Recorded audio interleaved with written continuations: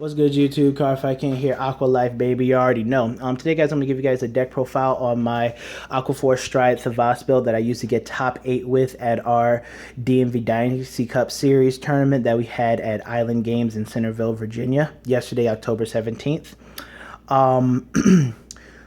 It was 58 players, and as you guys know, the Dynasty Cup Series is the biggest tournament in the DC, Maryland, Virginia area due to the fact that we do not get national coverage for Vanguard, Buddy Fight, and whatnot from having Bushiroad tournaments or a lot of ARG tournaments.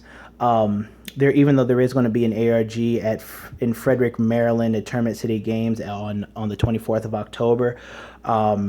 The Dynasty Cup Series is the closest we get to national coverage as far as Vanguard and Buddy Fight go. But yes, I'm happy in a sense that I did get top 8, but I could have probably played a lot better in the coin flip decision kind of games, as well as preparation before the tournament. I didn't prepare correctly. I had some hiccups in my preparation for the tournament as far as certain cards in my build, and I will definitely cover those in the profile, but I will be doing a full tournament report in my next video. But without further ado, let's get into the deck profile and hope you guys enjoy. Alright guys, so starter is still Officer Cadet Andre. Right now, to me, he's the best starter for Aqua Force.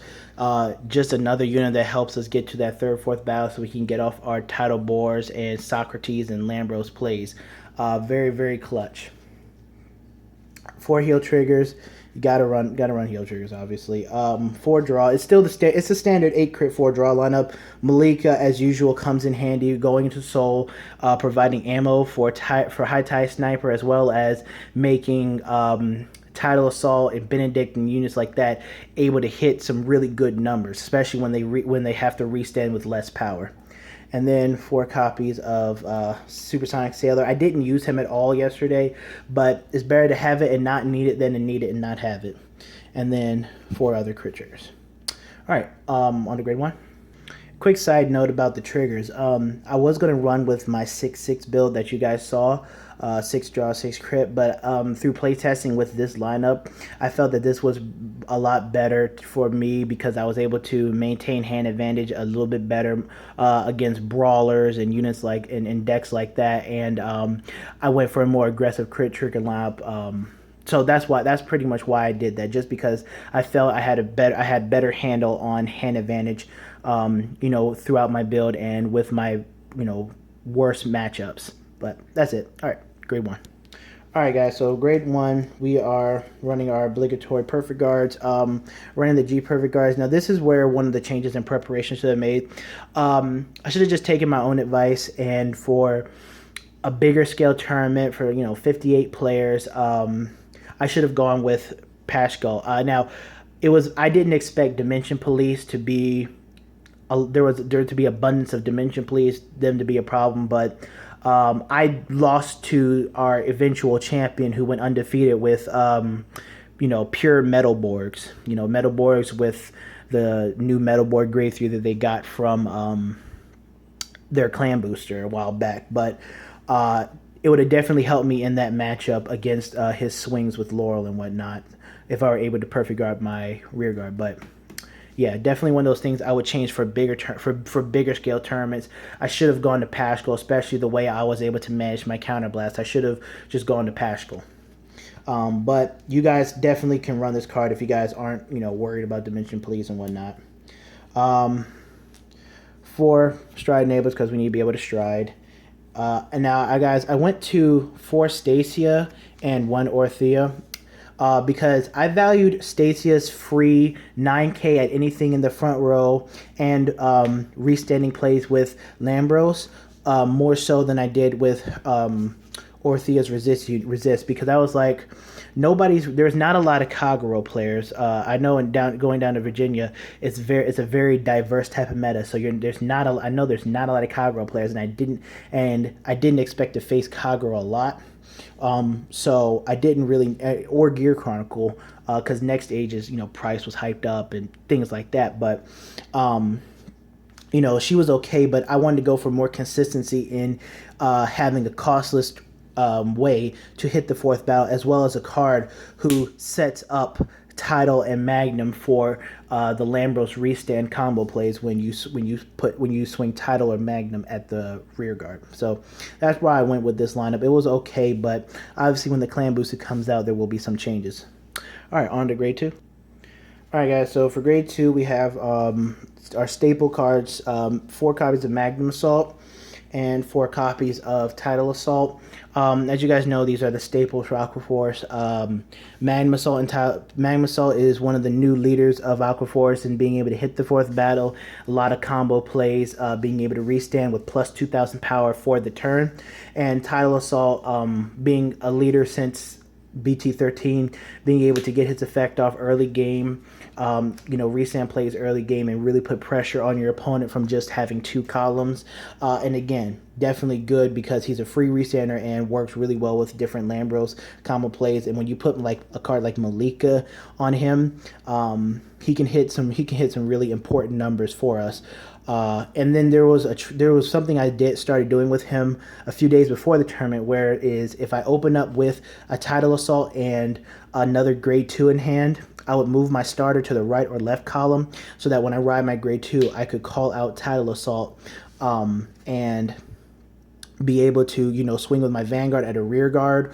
If they try to rush me, rear guard, and then any trigger effects will go to Tidal. Then I can do Tidal twice at my opponent's Vanguard, barring any triggers they hit on the defense. But definitely a staple.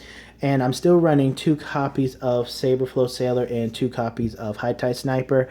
This is the area of my grade 2 lineup I do really want to work on and change up, try out some things, maybe try out a few more copies of Couple Dagger or whatnot. But this lineup worked pretty nicely. He helped me win my Brawler matchup, being able to swing for 29, and my opponent was 5k short of being able to block him.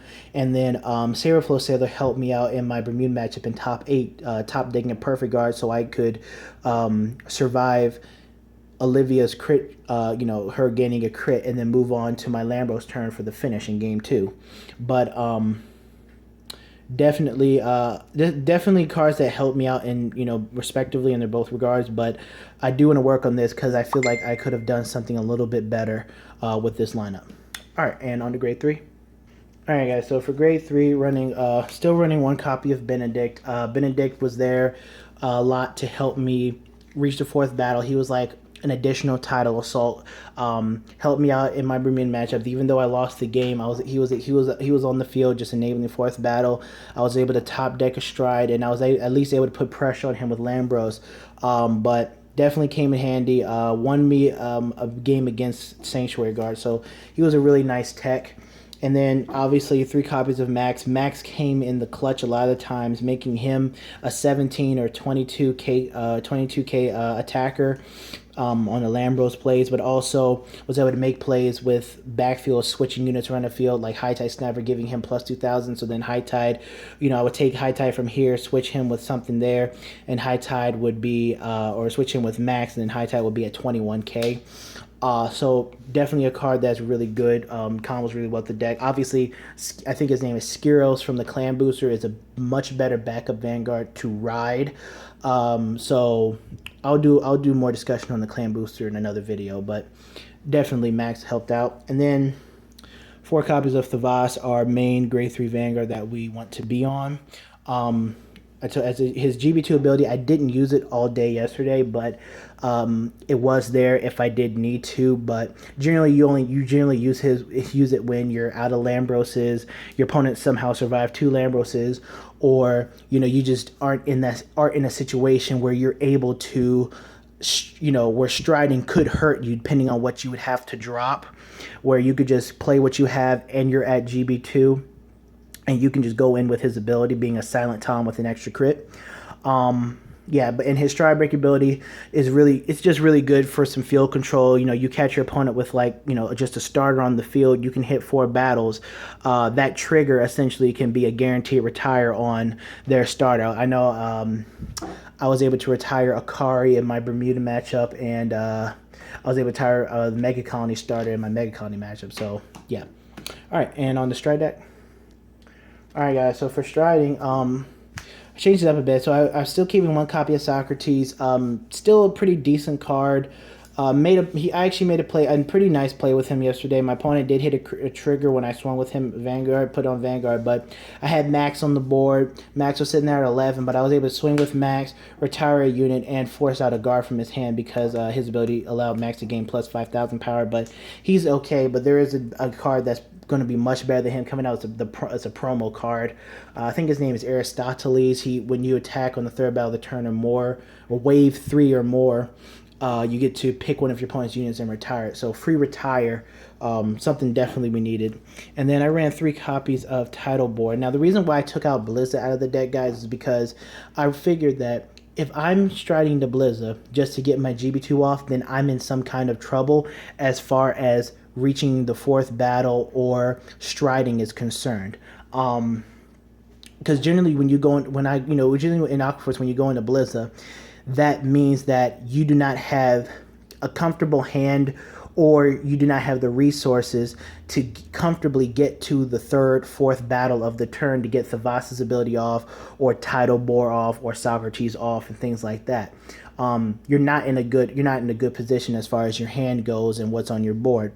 So even with the starter, because sometimes you're playing a matchup where your starter's gone and whatnot. So that's why I went to Title Board, because it's like, well, I can stride in extra time, but again, if I am needing to go to Blizza, then I'm in some kind of trouble, and that's not where I want to be. So that's why I did this, so I can just have more options to stride just in case I am in trouble. And for G assisting purposes, I can probably go get rid of these two, and I had to G assist quite a few times yesterday too. But last but not least, Lambros, Lamby Bambi Baby, obviously my SP1, obviously probably the best stride, one of the best stride units in the game. He helped me close out a lot of games, guys. Plain and simple. He's a card I can't think of taking down from 4 copies in this deck. I know Tetra Boil came out and Angry Boil came out, and I will be making a video on that, guys, soon. But he's a card. He's just the ultimate finisher for Aqua Forest right now. So definitely 4 copies of him. But yeah, that's the end of the video, guys. Hope you guys enjoyed the deck profile. Look for a full tournament report in the next video, and I will see you next time. All right, peace. Aqua Life, baby.